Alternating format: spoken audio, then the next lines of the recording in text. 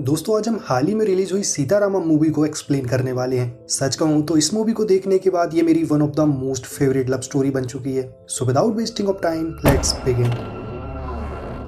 Movie की शुरुआत होती है 1964 पीओके टेररिस्ट बेस से, जहां पर अंसारी नाम का एक आदमी कुछ टीनेज लड़कों को उनका ब्रेन वॉश करके जिब्राल्टर ऑपरेशन के लिए उन्हें कश्मीर भेजता है, जहां पर उन्हें लोकल लोगों के साथ घुल मिलकर रहना होगा ताकि जब भी वक्त आए अंसारी ऑपरेशन को शुरू कर सके। अंसारी दरअसल जिब्राल्टर ऑपरेशन के जरिए कश्मीर में हिंदू मुस्लिम के बीच बढ़ते भाईचारे को खत्म करना चाहता था, और क्योंकि वो इस भाईचारे के लिए इंडियन आर्मी को रिस्पॉन्सिबल समझता है, इसलिए पाकिस्तान आर्मी भी उसका साथ देती है।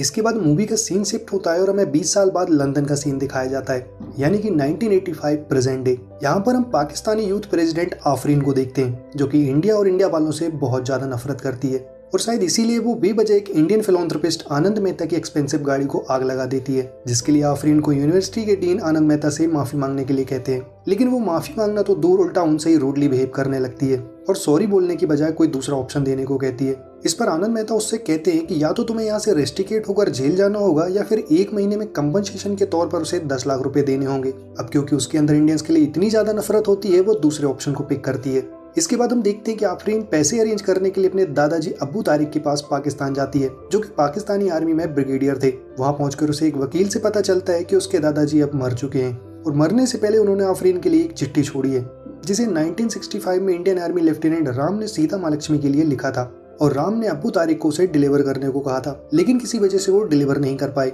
और अब आफरीन को ये लेटर सीता महालक्ष्मी तक पहुंचाना होगा। उसके बाद ही आफरीन प्रॉपर्टी पर अपने राइट्स क्लेम कर सकती है। वेल आफरीन के पास कोई और रास्ता नहीं होता, वो प्रॉपर्टी के लिए लेटर को डिलीवर करने का फैसला करती है। इसके बाद वो सीता की खोज में इंडिया हैदराबाद पहुंचती है, और यहाँ वो अपने सीनियर बालाजी से मिलती है, जो कि सीता को खोजने में उसकी मदद करता है। आगे आफरीन लेटर में लिखे एड्रेस पर पहुंचती है, जो कि एक विमेंस कॉलेज होता है। वेल अधिक जानकारी के लिए वो सुब्रमण्यम नाम के एक आदमी से मिलती है, जो कि 40 सालों से वहां पर काम करते आ रहे हैं। सुब्रमण्यम उसे बताते हैं कि 20 साल पहले यहाँ पर एक पैलेस हुआ करता था, जिसे बाद में कॉलेज बना दिया गया, और यहाँ पर सीता नाम की कोई लड़की मौजूद नहीं है। सुब्रमण्यम की बातों से आफरीन काफी डिसअपॉइंट हो जाती है, और आगे क्या करे उसे कुछ भी समझ नहीं आ रहा था। इसी बीच बालाजी की कुछ बातों से उसे आइडिया आता है कि अगर हम राम को पहले खोजे तो सीता अपने आप ही मिल जाएगी, और इसलिए वो लेफ्टिनेंट विकास वर्मा से मिलती है, जो कि मद्रास रेजिमेंट में राम के साथ ही थे। विकास आफरीन को राम के बारे में बताते हैं, और सीन 1964 में शिफ्ट हो जाता है, जहां आर्मी चीफ सैबलन को इन्फॉर्मर से पता चलता है कि अंसारी ने कुछ टीनेजर्स को बॉर्डर क्रॉस कराया है, जो करीब 6 महीने से लोकल्स की तरह कश्मीर में रह रहे हैं। इसके बाद सैबलन अपने बेस्ट ऑफिसर्स को उन्हें खत्म करने का ऑर्डर देता है।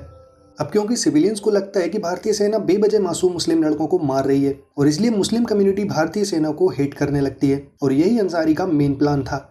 वेल टीनेजर्स की मौत के बाद अंसारी रेडियो के जरिए वहां के लोगों को भड़काने लगता है, और इंडियन आर्मी को अपना दुश्मन बताकर उनका ब्रेन वॉश करने लगता है।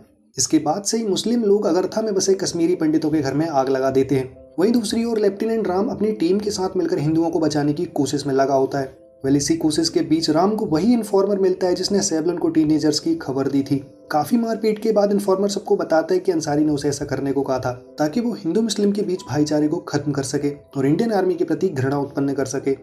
वेल इन्फॉर्मर की बात सुनकर हिंदू मुस्लिम फिर से एक हो जाते हैं, क्योंकि अब उन्हें समझ आ गया था कि अंसारी ने उनका ब्रेन वॉश किया है।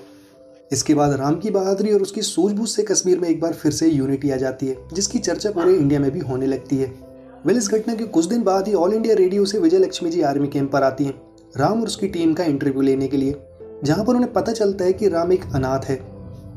अगले दिन विजय लक्ष्मी जी रेडियो के जरिए सबको राम के बारे में बताती हैं, साथ में अपील भी करती हैं कि जो कोई भी उनकी आवाज़ सुन रहा है वो राम को लेटर्स के जरिए अपना प्यार भेजे। इसके बाद से पूरे इंडिया से लोग राम को प्यार भरी चिट्ठियां भेजने लगते हैं, जिसमें कोई अपना भाई तो कोई अपना बेटा कहकर बुलाता है। हजारों लोगों के लेटर्स को देखकर राम बहुत खुश होता है, क्योंकि अब उसके पास भी एक बड़ा सा परिवार है। वेल उन सभी लेटर्स के बीच राम को एक सीता महालक्ष्मी नाम का एक लेटर मिलता है, जिसमें सीता नाम की एक लड़की द्वारा राम को अपने पति के रूप में स्वीकारने की बात लिखी हुई थी। उस लेटर को पढ़कर राम काफी हैरान हो जाता है, और यहाँ से स्टार्ट होती है राम सीता की pure and tense love story. आगे सीता एक के बाद एक राम को लेटर्स भेजने लगती है, लेकिन किसी भी लेटर में एड्रेस न होने की वजह से राम सीता को जवाब नहीं भेज पा रहा था। वेल एक दिन राम को सीता का एक और लेटर मिलता है, जिसमें सीता ने 12 तारीख को हैदराबाद में किसी ऑस्टर मैजिक शो में जाने का जिक्र किया था। वहीं राम लेटर में दिल्ली पोस्टल ऑफिस की सील को देख समझ जाता है कि सीता इस वक्त दिल्ली में है और अभी हैदराबाद जा रही है। राम तुरंत दिल्ली रेलवे स्टेशन पहुंचता है और हैदराबाद जाने वाली ट्रेन में सीता को ढूंढने लगता है। काफी खोजबीन के बाद फाइनली वो टीसी की हेल्प से सीता को ढूंढ ही लेता है, और जैसे ही सीता राम के सामने आती है, राम पहली ही नजर में उसे पहचान लेता है। इसके बाद राम जवाब में लिखे सारे लेटर सीता को देता है और साथ में अपने दोस्त दुर्जॉय शर्मा के घर का फोन नंबर भी, और फिर वहां से चला जाता है। राम अपने दोस्त दुर्जॉय शर्मा के घर पहुंचता है और सीता के फोन करने का वेट करने लगता है, लेकिन थोड़ी देर बाद उसे पता चलता है कि फोन एक हफ्ते से बंद पड़ा हुआ है, जिसके लिए वो दुर्जॉय पर बहुत गुस्सा करने लगता है। वहीं दूसरी ओर सीता राम को ढूंढते ढूंढते दुर्जॉय शर्मा के घर पहुंचती है और राम सीता को देखकर बहुत खुश हो जाता है। उन दोनों के बीच कुछ बातें होती हैं। इसी दौरान राम चुपके से सीता की एक फोटो ले लेता है। वहीं बातों ही बातों में सीता राम से कहती है कि उसने वो लेटर्स ऐसे ही लिखे थे, मिलने का उसका कोई इरादा नहीं था, और सीता इतना कहकर वहां से चली जाती है। उसके बाद वापस से हमें प्रेजेंट डे का सीन दिखाया जाता है, जहाँ विकास आफरीन से कहता है कि उस दिन के बाद से वो राम से कभी नहीं मिला। इसी बीच आफरीन को वहीं पर राम के साथ विष्णु शर्मा की फोटो दिखती है, जो कि एक ही बटालियन में थे। वो विकास से उनका कांटेक्ट नंबर लेती है और उन्हें कॉल करने की कोशिश करती है, लेकिन बात नहीं हो पाती। वहीं दूसरी ओर जब विष्णु को पता चलता है कि कोई आफरीन नाम की लड़की उससे राम के बारे में कुछ बात करना चाहती है, तो वो बहुत गुस्से में आ जाता है और अपने ऑफिसर्स को एनी हाउ आफरीन को ढूंढने का ऑर्डर देता है। यहाँ आफरीन और बालाजी राम के दोस्त दुर्जॉय शर्मा के घर पहुंचते हैं, जहाँ दुर्जॉय राम की कहानी को कंटिन्यू करता है। वो बताता है कि एक दिन वो सीता को ढूंढने के लिए ऑस्टन मैजिकल शो में गए थे, जहाँ सीता राम को देखकर काफी सरप्राइज्ड हो गई थी। और यहीं पर राम को ये भी पता चलता है कि सीता एक डांस टीचर है और अफजलगंज नूरजहां पैलेस में रहती है। इसके बाद वो दोनों कुछ दिन एक दूसरे के साथ रहते हैं और काफी अच्छा टाइम भी स्पेंड करते हैं। इसी दौरान राम को पता चलता है कि सीता उसे पहले से जानती थी। दरअसल अगरथा दंगे के वक्त जब राम अपनी टीम के साथ हिंदुओं को बचा रहा होता है, तभी सीता जो वहां पर घूमने के लिए गई होती है, वो उस दंगे में फंस जाती है और तभी राम ने उसे वहां आकर हिंसक लोगों से उसे बचाया था। अब क्योंकि राम ने उस वक्त सीता का चेहरा नहीं देखा था, इसलिए वो सीता को पहचान नहीं पाया। अगले दिन राम नूरजहां पैलेस पहुंचता है और फाइनली वो सीता को प्रपोज करता है, लेकिन सीता उसे बिना कुछ जवाब दिए वहां से भाग जाती है। और यहीं पर मूवी का मेन सस्पेंस रिवील होता है, जहां हमें पता चलता है कि सीता कोई और नहीं बल्कि प्रिंसेस नूरजहां है, जो कि अपनी रियल आइडेंटिटी को छुपाकर राम से मिलती आ रही है। सीन अब फिर से प्रेजेंट डे में शिफ्ट होता है, जहां दुर्जॉय आफरीन को सीता की एक तस्वीर देता है, जिसे राम ने चुपके से ली थी। तस्वीर लेकर आफरीन नूरजहां पैलेस पहुंचती है, जो कि अब वुमेन्स कॉलेज बन चुका है। वहां पर उसे सीता तो नहीं मिलती, लेकिन वहीं पर उसे पता चलता है कि सीता कोई और नहीं बल्कि प्रिंसेस नूरजहां है। आगे वो सीता की फ्रेंड रेखा से मिलती है, जो राम और सीता की स्टोरी को कंटिन्यू करती है। रेखा उसे बताती है कि सीता को डर था कि अगर राम को उसकी सच्चाई का पता चला तो कहीं वो उससे दूर न चला जाए। रेखा उसे ये भी बताती है कि इसी बीच ओमान में फाइनेंशियल क्राइसिस की वजह से ओमान के सुल्तान ने नूरजहां की प्रॉपर्टी को सीज कर दिया था, जिससे उसकी फैमिली को तकरीबन 60 करोड़ का नुकसान होने वाला था। और इस नुकसान से बचने के लिए नूरजहां के भाई ने ओमान की प्रिंसेस को नूरजहां की शादी का प्रस्ताव भेज दिया था। और जब ये बात नूरजहां को पता चली तो वो काफी सैड हो गई थी। आगे राम डिसाइड करता है कि वो उन सब लोगों से जाकर मिलेगा जिन्होंने उसे लेटर लिखे थे।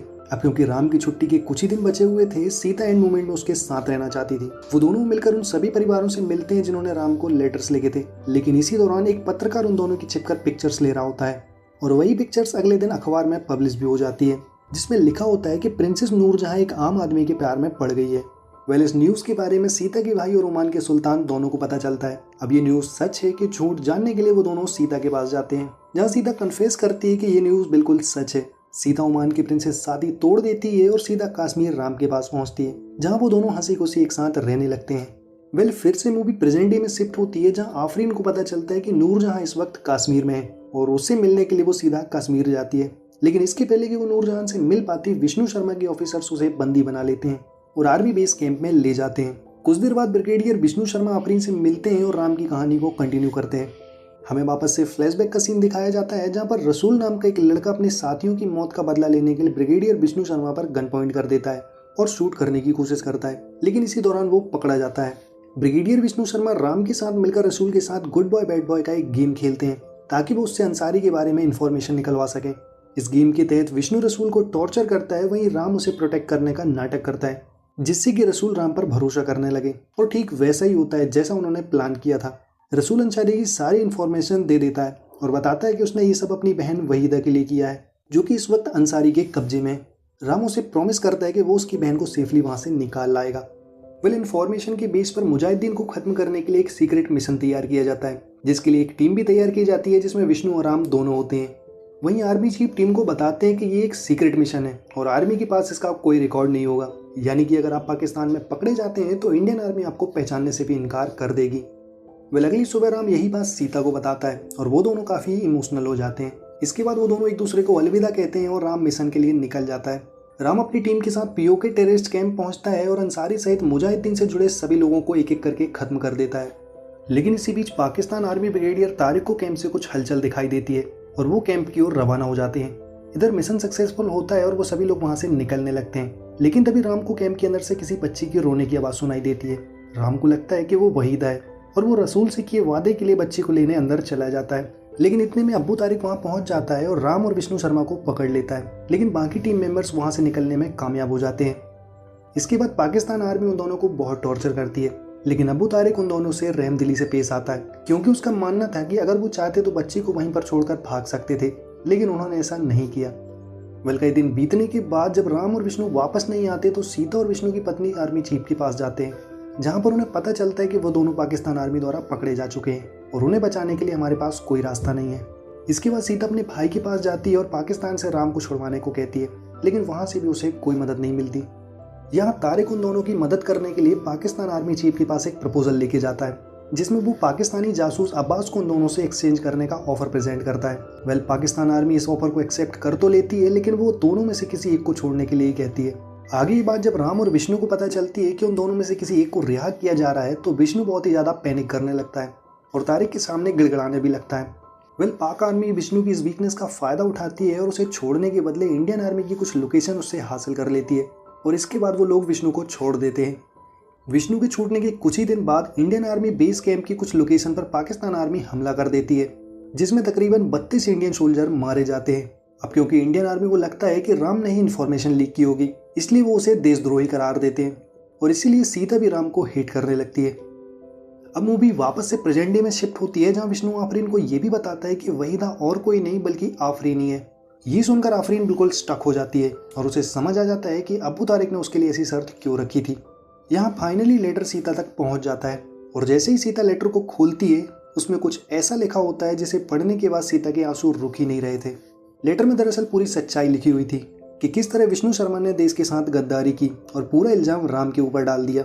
राम ने लेटर के लास्ट में अपने जाने की बात लिखी थी, जिसका ये मतलब था कि पाकिस्तान आर्मी ने राम को फांसी पर चढ़ा दिया था। At the last Sita letter की हेल्प से राम को उसका खोया हुआ सम्मान उसे वापस दिलाती है। वहीं ब्रिगेडियर विष्णु शर्मा खुद को गोली मारकर आत्महत्या कर लेते हैं और इसी के साथ एक और मूवी का सफर खत्म हो जाता है।